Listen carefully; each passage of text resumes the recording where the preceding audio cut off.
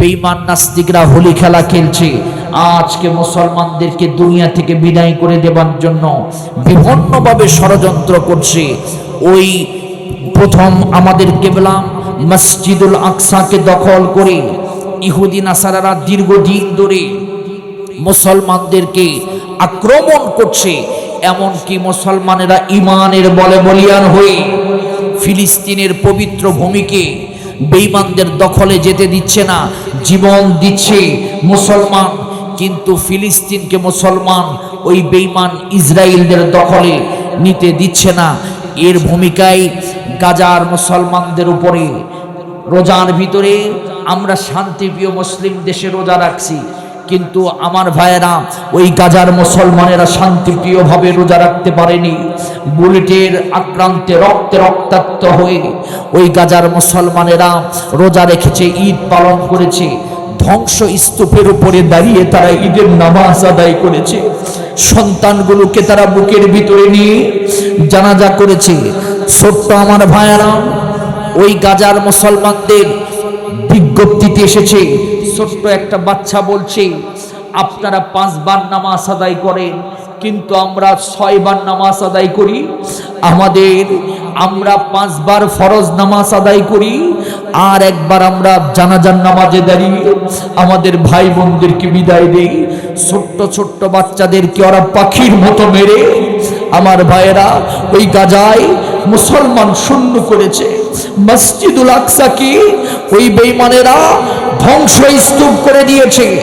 এমনকি একটা বিল্ডিং বাড়িও নাই। আল্লাহ বলে যে পবিত্র ভূমি ফিলিস্তিন থেকে মুসলমানেরা ডাকবে, এইরকম ডাক দেওয়ার মতো মুসলমান ওই ইহুদি নাসারারা রাখে নাই।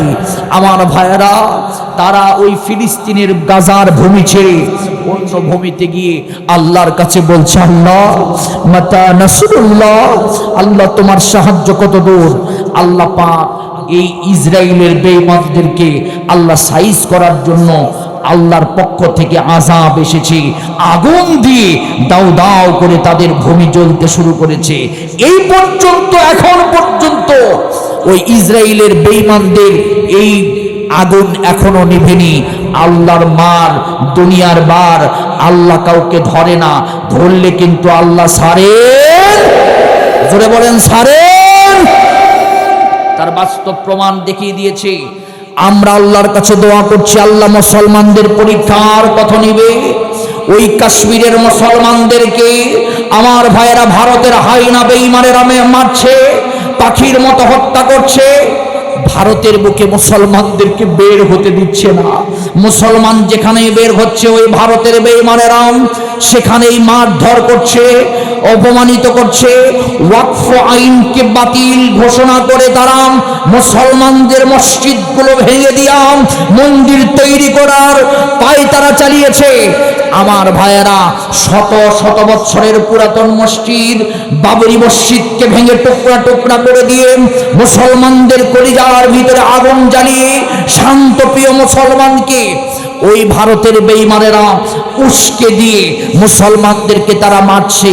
আমার ভাইয়েরা, যেখানেই গরু জবাই করা হচ্ছে সেখানেই তারা হামলা মামলা করে, দাঙ্গামা করে মুসলমানদের শান্তি নষ্ট করছে। কিন্তু আল্লাহর খেলা, আওয়াজ তুলে বলেন আছে না নাই? সবাই কথা বলেন আছে না নাই? আপনারা অবাক হয়ে যাবেন। এই তো ইসরায়েলের বেঈমানেরা বোমা মেরে মেরে বড় বড় বিল্ডিং গুলোকে ধ্বংস করে দিয়েছে, কিন্তু আল্লাহর আগুন তাদেরকে ছাড়ছে না। তারা আশঙ্কায় আছে গোটা দেশ পুড়ে তাদের সারখার হয় কিনা। আবার এই ভারতের মুসলমানদেরকে মারছে। কাশ্মীরের সাথে ভারতের যে একটা, ভারতের এই হিন্দু আর মুসলমানদের যে সংঘাত চলছে, এটাকে কেন্দ্র করে পাকিস্তান তারা বিভিন্নভাবে পদক্ষেপ নিচ্ছে। মুসলমান মানা বন্ধ না হলে তারা পাকিস্তান থেকে ভারতের উপরে আক্রমণ করবে। অটোমেটিকলি এই ভারতের বিমান সহ সবকিছু পাকিস্তানের উপর দিয়ে যাওয়া বন্ধ করে দিয়েছে। রিপোর্ট হয়েছে ভারতে এই বিমান সহ তাদের আকাশে কোনো কিছু উঠতে দিচ্ছে না। এই উঠতে দিচ্ছে না বন্ধ করার কারণে ভারতের লক্ষ লক্ষ কোটি কোটি টাকা প্রত্যেক দিন নষ্ট হয়ে যাচ্ছে। মোদির মাথা নষ্ট হয়েছে। আমাদের দেশেও ভারতের বিভিন্ন এজেন্ডা বাস্তবায়ন করার জন্য যারা উঠে পড়ে লেগেছিল, আমার ভাইয়েরা তাদেরকে আমাদের বাংলার মুসলমান জবাব দিয়েছে, আমার দেশ ছেড়ে ভারতে পালাতে বাধ্য হয়েছে। আওয়াজ তুলে বলেন ঠিক কিনা? এই জন্য বাড়াবাড়ি করা যাবে না। এই জন্য আজকের কোরআনের মাহফিলে আমরা বসেছি, আল্লাহর সাহায্য চাবো। এই ৫৬,০০০ বর্গ মাইল বাংলাদেশের উপরে আল্লাহ পাক যেন তার রহমতের চাদর ঢালিয়ে দেন, আমাদের উপরে যেন কোনো আযাব আর গজব না দেন, আমাদের উপরে আর কোনো জালেম যেন চেপে না বসতে পারে।